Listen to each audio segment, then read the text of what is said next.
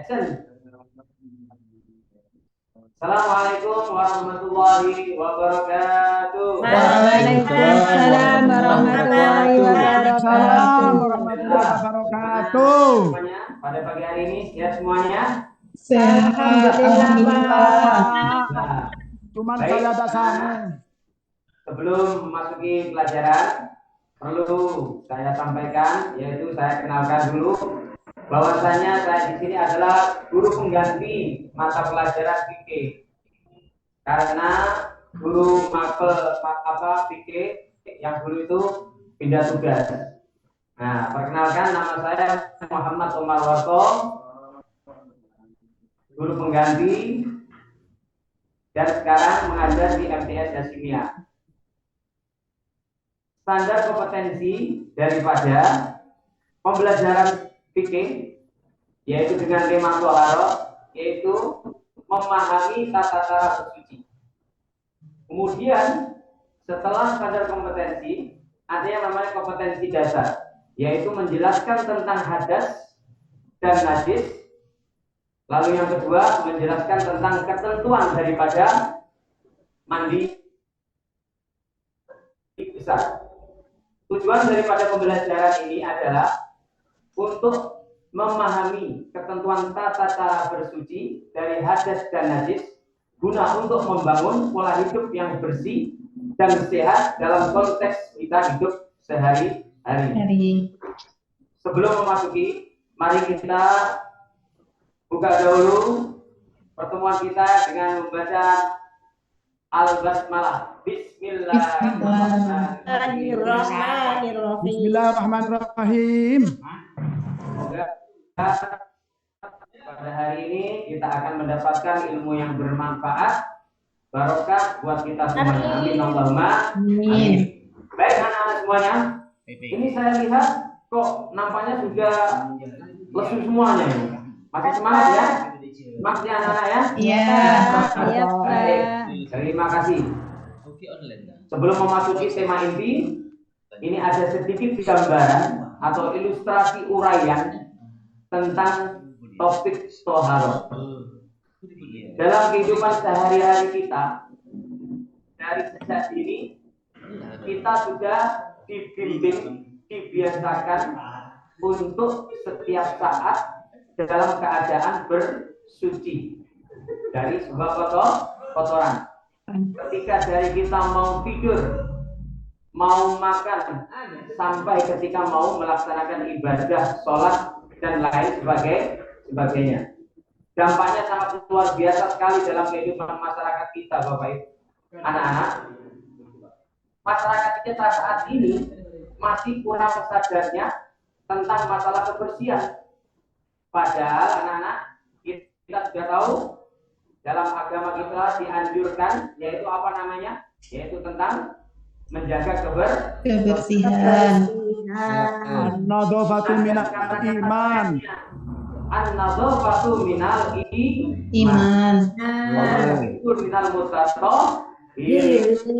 Nah, disitulah yang disukai. Jadi Allah sama Rasulnya ini mencintai hal-hal yang bersih. Semuanya langsung saja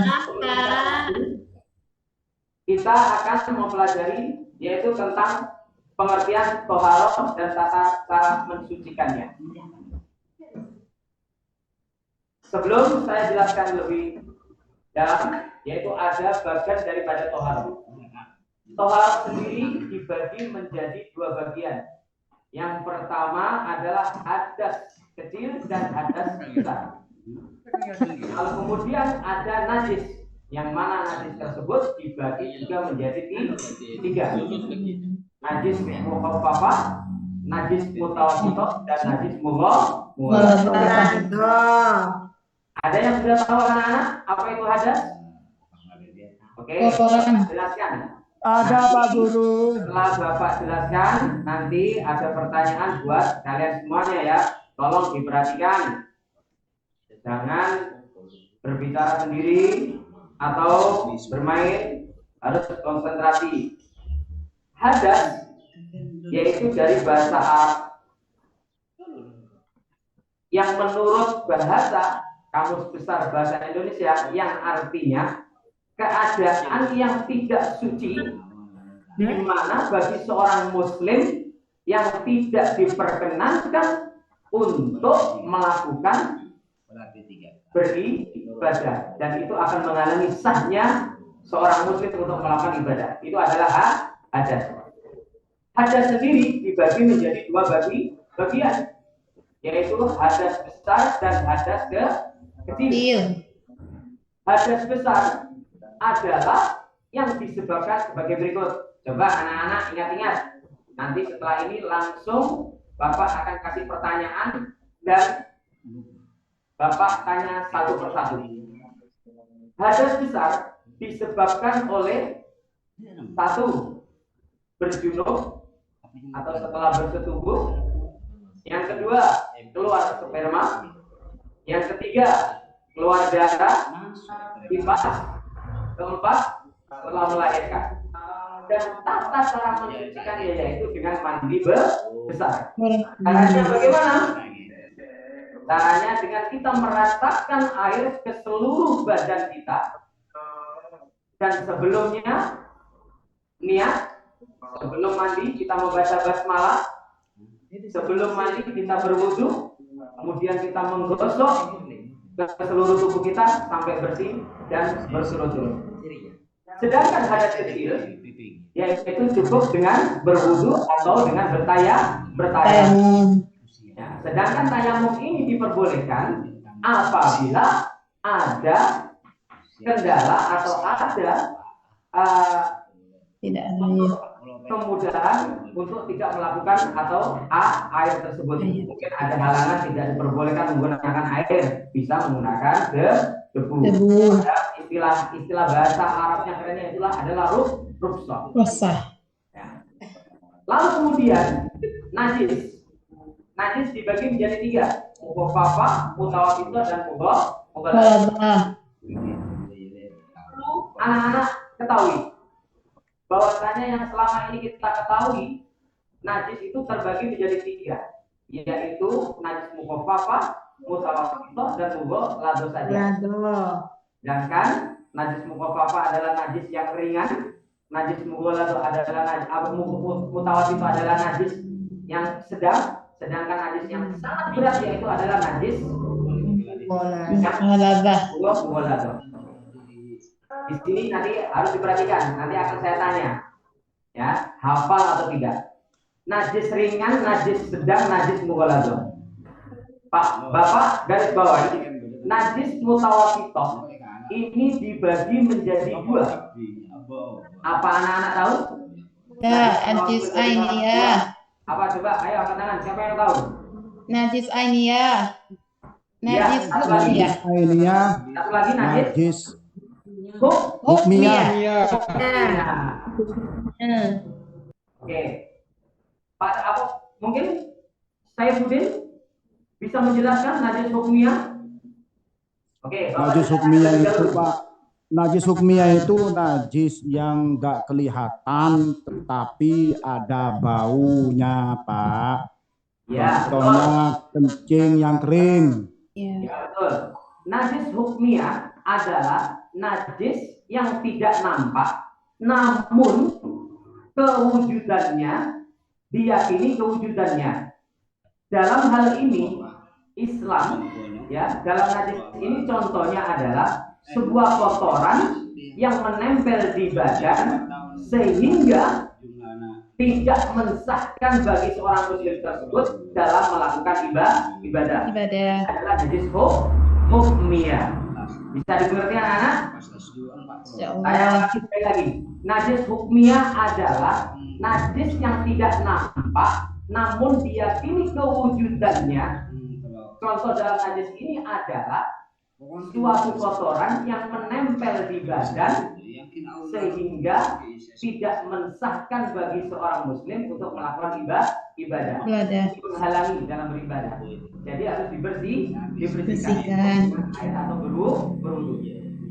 Sedangkan najis ainiyah, perlu anak-anak ketahui, najis ainiyah ini adalah najis yang masih nampak wujudnya, yang bisa dilihat rupanya serta bisa dirasakan rasanya.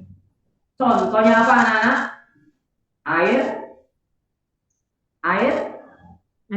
kencing yang masih air basah. kencing. Basah, ya. Yang mana air kencing ini adalah masih nampak wujud jelas dan baunya. Ini adalah termasuk najis Ainiyah. Iya. secara umum antara najis mukhafafah dan mutawassithah ini cukup mensucikannya dengan Berwudu. sedangkan najis yang mughalladhah yaitu harus dengan menggunakan air dan debu selama 7 kali sampai bersih, digosok-gosokkan kepada badan atau tubuh yang terkena najis tadi seperti air liur, keringat dari binatang, babi atau Anjing. Kemudian alat-alatnya yaitu yang perlu kita ketahui untuk mensucikan yaitu mungkin dengan air yang pertama, yang kedua dengan batu, yang ketiga dengan daun, kayu, tisu, debu dan lain sebagainya. Itu alat-alat untuk mensucikan. Jadi perlu kita ketahui bahwasannya toharoh bersuci ini harus kita jaga setiap saat agar supaya diri kita dampaknya sangat luar biasa anak-anak. Ya, kita harus menjaga kesucian supaya agar bisa menjaga kesehatan juga. Nah, sekarang waktunya pertanyaan. Coba alias ini diulangi. Apa arti daripada najis hukmiyah tadi? Memperhatikan najis hukmiyah tadi apa? Alias ini coba ayo jelaskan. Najis hukmiyah alias ini? Ya, najis hukmiyah adalah tidak nampak. Ya. Lupa. Ayo siapa? Mungkin Saya. Heni Wahyuni. Najis hukmiyah apa tadi? Najis yang tidak nampak wujudnya, Iya. apa keberadaannya. Ya. Seperti Tolong contohnya perhatikan nanti ada sini. Jangan main sendiri ya. Tolong diperhatikan. Ya. Ya, Pak. Ini Ya, saya Pak. balik sekali lagi. Najis hukmiyah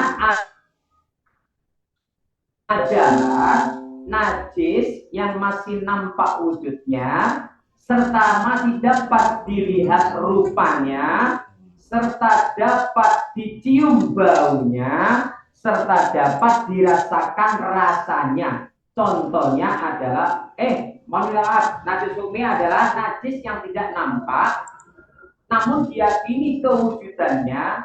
Dalam hal ini adalah kotoran yang menempel di badan sehingga dapat tidak sahkan seseorang tersebut melakukan ibadah. Paham? Pak. Perhatikan. Ya, baik. Jadi kesimpulan dari semuanya adalah bahwasannya tujuan pembelajaran topik toharoh ini adalah selalu kita memahami tata cara bersuci dari hadas besar, hadas kecil, dan najis guna untuk mengetahui menciptakan kehidupan yang sehat dan bersih. Bisa dimengerti? Bisa dimengerti ya? Ngerti. Coba ada mungkin belum paham bisa tanya. Ayo tentang apa? Belum paham, Pak. Tanya, Pak. Lagi.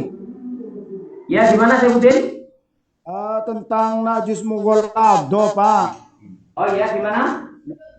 Kenapa najis mughalladhah ini kok dibasuh 7 kali dan akhirnya dicampur dengan tanah, sedangkan sekarang ada uing, ada sabun. Baik. Kenapa najis mughalladhah ini dibasuh sampai 7 kali? Karena yang paling utama najis mughalladhah ini adalah najis yang sangat besar. Najis yang sangat berat. karena melibatkan yaitu air liur daripada anjing ataupun babi, yang mana binatang dua ini yang diharamkan oleh agama. Menurut syariat yaitu cara menyucikannya harus dengan air ataupun debu sebanyak 7 kali, digosok-gosok ke badan sehingga bersih. Air kencing saya, Pak. Ada lagi? Air kencing Ya, saya. mungkin cukup sampai di sini pembelajaran kita pada hari ini. Semoga kita semua mendapatkan ilmu yang bermanfaat Amin. buat kita semuanya. Akhirul kalam, aqulu lakum assalamualaikum warahmatullahi wabarakatuh. Waalaikumsalam warahmatullahi warahmatullahi wabarakatuh. wabarakatuh.